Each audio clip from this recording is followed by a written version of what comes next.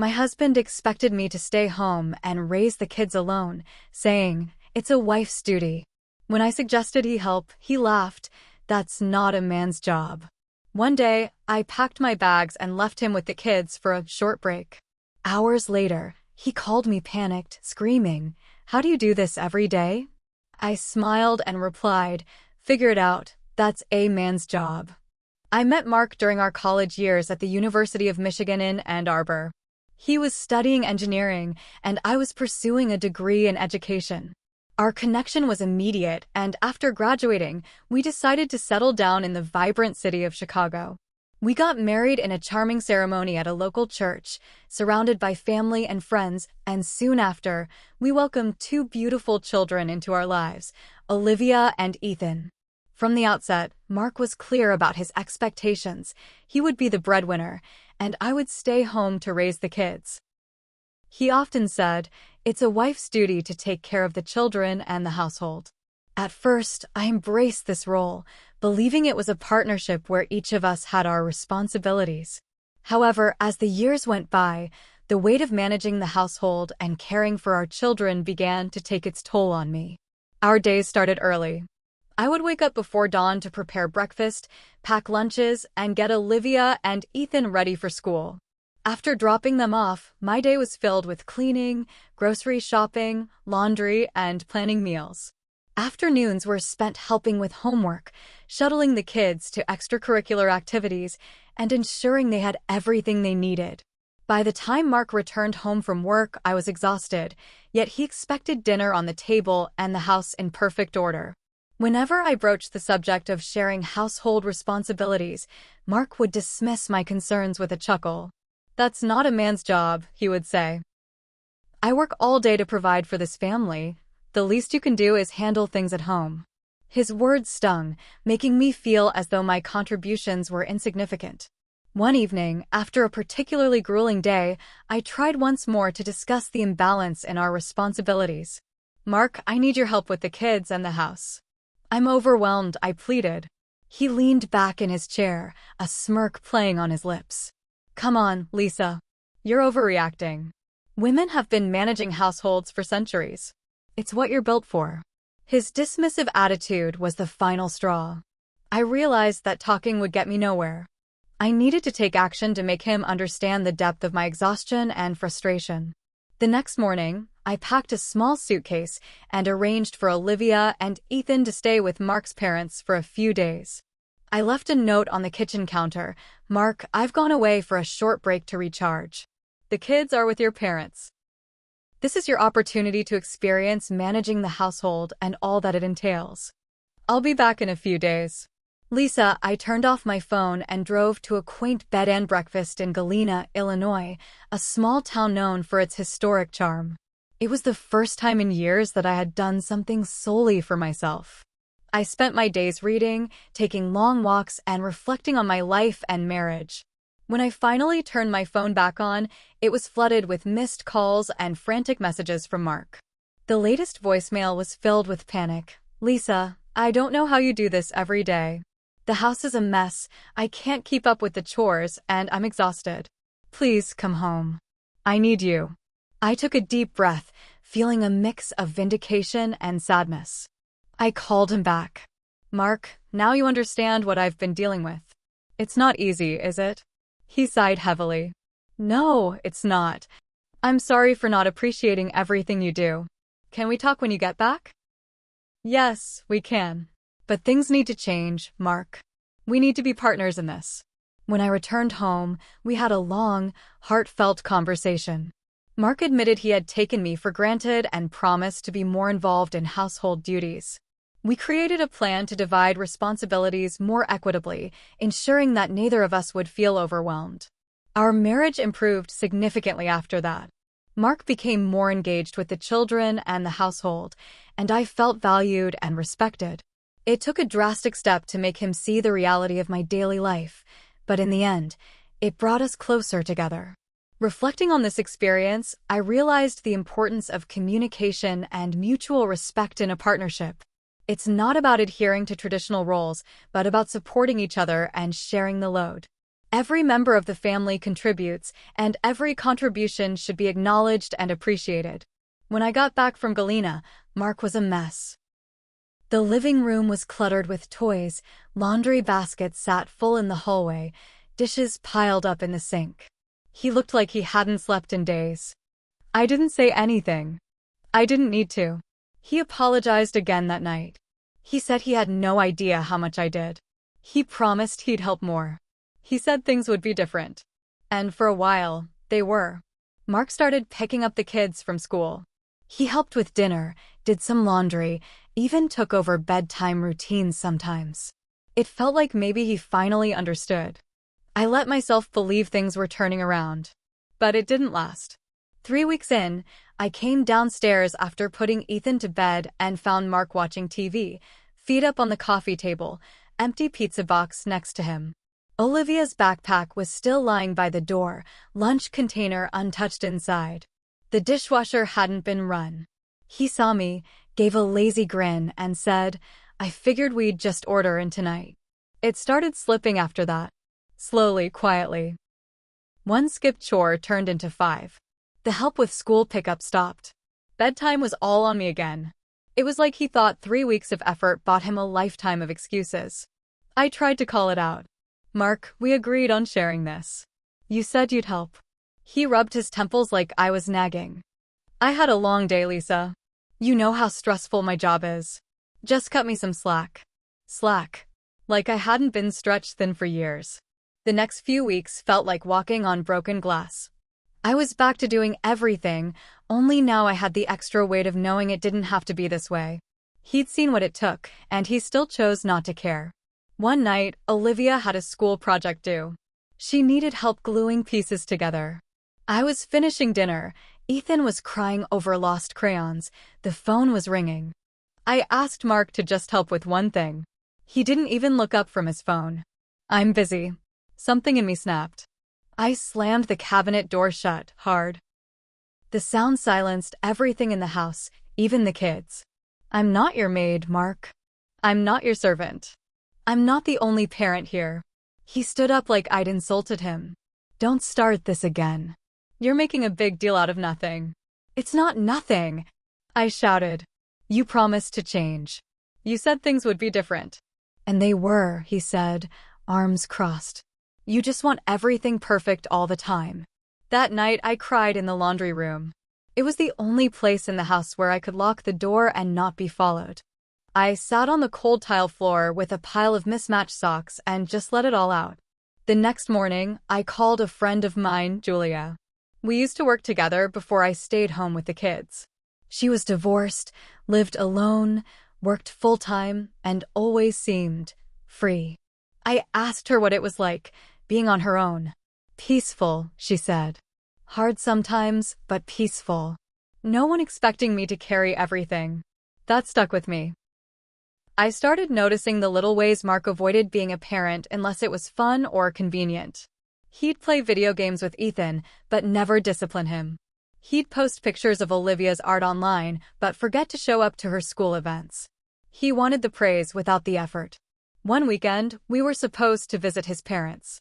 I packed the kids' bags, got everything ready, and asked Mark to be home by 5. He showed up at 6:30, no apology, no explanation. I didn't yell. I didn't say anything. I left the bags by the door, sat Olivia and Ethan down, and asked, "Do you guys want to go to Grandma's tomorrow instead?" They nodded. Mark looked confused. "Wait, we're not going?" I shrugged. "You weren't ready." I didn't want to rush. He looked at me like I'd just spoken a different language. He wasn't used to consequences. He didn't like it. That night, I started writing down everything I did in a day. Every task, every errand, every emotional mess I cleaned up that wasn't mine. I kept a notebook. It filled fast. I left it on the kitchen counter one day. Open. Mark read it. I know he did because the next morning he left a sticky note on the cover that said, "Okay. I get it." But did he really? Not long after, I found a message on his phone. It was from someone named Tessa, a coworker. It wasn't graphic. It wasn't romantic. But it was close. Late-night texts, inside jokes, complaints about how draining home is. I asked him about it. Calmly. He said I was overreacting. He said they were just friends. He said I was paranoid because I was unhappy. I didn't scream. I didn't cry. I just walked out of the room. I made myself a cup of tea. I sat on the porch. I looked at the streetlights and thought about what unhappy really meant. And then I started planning. Not revenge. Not yet. But something had shifted again. And this time, I wasn't interested in waiting for another apology. Mark didn't bring up the messages again. Neither did I. I didn't need to. There was a quiet understanding now, and not the good kind. Something was cracked between us. It hadn't broken yet, but it was close. I started noticing more. His phone never left his side. He used to leave it on the counter, plugged in overnight. Now it came to bed. Every night. Face down. Always on silent. If it buzzed, he'd tap the screen quick and act like nothing happened. I wasn't stupid. One afternoon, while folding laundry, Olivia came into the room holding Mark's phone. Dad said I could play games, but it locked, she said, handing it over. It was open to messages. I didn't go digging, it was right there. Tessa, still thinking about that joke from earlier. You kill me face with tears of joy, Tessa. Wish I could teleport to the break room right now. You'd get it. He hadn't deleted them. He just stopped caring enough to hide it. I didn't say a word. I just put the phone back and told Olivia, let's not play games on Dad's phone anymore. That night, I lay next to him in bed while he scrolled, probably reading more from her. I stared at the ceiling and thought about time. How much of mine I had given away. Years of it. Quietly. Willingly. Blindly. I needed space to think, so I called my cousin Mia in Indianapolis. We hadn't talked in a while, but when I told her a little bit, she offered something I didn't expect. Come here for a few days, she said. Just you. Clear your head. I told Mark I was leaving for the weekend. No kids. No excuses. Just space. He blinked like I'd spoken in code. What do you mean you're leaving? You can't just go. I said, I did it before. You managed. Remember? He didn't say anything after that. Just looked away, like someone who already knew the outcome of something but couldn't admit it. I left Friday morning. Indianapolis was cool and gray that day. Mia made tea. We sat in her kitchen, and I told her everything, no sugarcoating. I said it all out loud for the first time, and hearing it made something settle in me. This isn't a marriage, she said quietly. It's a job. And he's your worst coworker. The next morning, I woke up to 14 missed calls. A few were from Mark. The rest were from an unknown number. I listened to one voicemail. Hi, this is Madison. I work with your husband. I hope I'm not overstepping, but I thought you should know. He's been telling people at work that you're unstable. That you left your kids and took off. He's made some comments that didn't sit right. I'm not sure what's going on, but you deserve to know. I sat there, staring at my phone. My hands were cold. I didn't move for a full minute. I texted her back. She replied instantly. Madison told me that Mark had been talking behind my back at work for weeks. Saying I was breaking down, that I couldn't handle motherhood, that he was doing his best to keep the family together. He was painting himself as a saint. And me? The burden. It wasn't just Tessa. It was all of it. I went home early. I didn't say a word when I walked in. The kids ran up to hug me. I hugged them back like I hadn't seen them in years. Mark was in the kitchen. He looked surprised.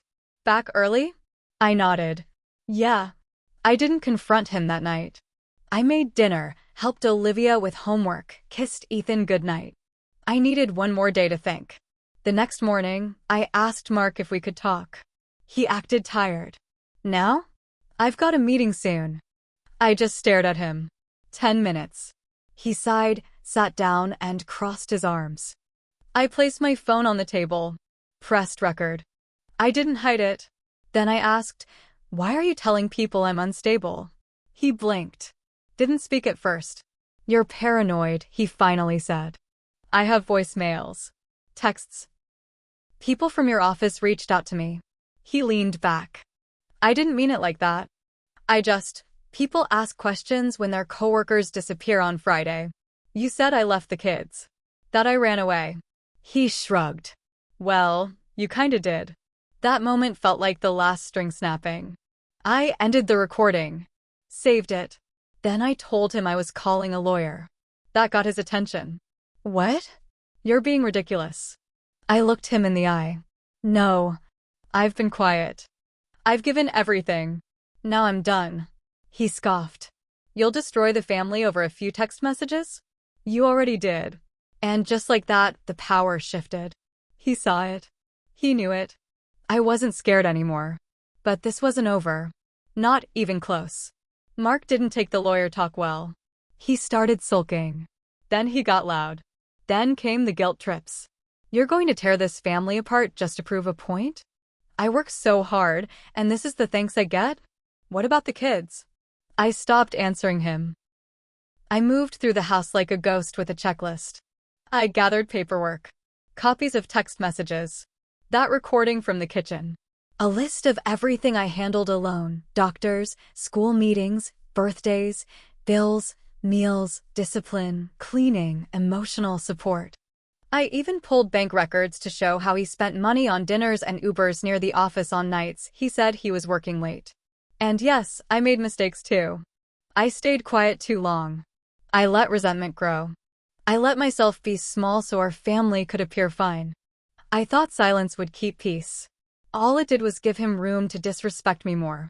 One night, while the kids were asleep, he tried to talk again. Not apologize. Just negotiate. If we separate, I'll want shared custody. We'll sell the house. Split everything. I nodded. Sure. But just so you know, I've got everything documented. All of it. He froze. I didn't want this, Mark, I said. But you kept pushing until you made me. The next morning, I emailed the school and let them know any parent contact should now include me directly. I set up a P.O. box. I opened a new checking account. I met with a lawyer. Mark thought I was bluffing. Even as I packed my things, he kept acting like I'd cool down. I give it a month, he said. You'll be back. I moved out with Olivia and Ethan on a Friday. The same day of the week I had walked out for my short break. Only this time, it wasn't a break. He cried when we left. For the first time, real tears. I didn't. What broke him wasn't just losing me. It was realizing that no one believed his story. His coworkers stopped inviting him out. Tessa found out about the messages I saved and stopped responding. Word spread fast. People love a scandal. Turns out, no one respects a man who talks trash about his wife and calls it venting. He tried to save face. Posted happy pictures with the kids, acting like he was doing it all himself. Meanwhile, he missed parent-teacher conferences. Forgot lunches. Called me crying when Ethan had a fever and he didn't know what to do. I sent him a screenshot of the pediatrician's number and replied, "Figure it out. That's a man's job." He stopped calling after that. The divorce dragged. He fought hard for equal custody, but my lawyer brought receipts. Every screenshot. Every missed pickup. Every text from coworkers. Every lie he told about me. We won. I got primary custody. I kept the house. He got every other weekend and holidays. The judge even made him take a parenting class. When it was over, he looked at me like he didn't recognize who I was anymore. He was right. He didn't. Because I wasn't the wife who begged. I wasn't the mother who carried everything alone in silence. I wasn't scared anymore. And I'll be honest, I don't forgive him. Not yet. Maybe not ever. He didn't just fail me. He made me doubt myself. He made me feel crazy for expecting the bare minimum. But I got my power back. Slowly. On my own terms. And now when people ask me what happened, I tell them the truth. He expected me to stay, raise the kids alone, and be thankful. I left him with the kids for one weekend. He fell apart. And I kept walking.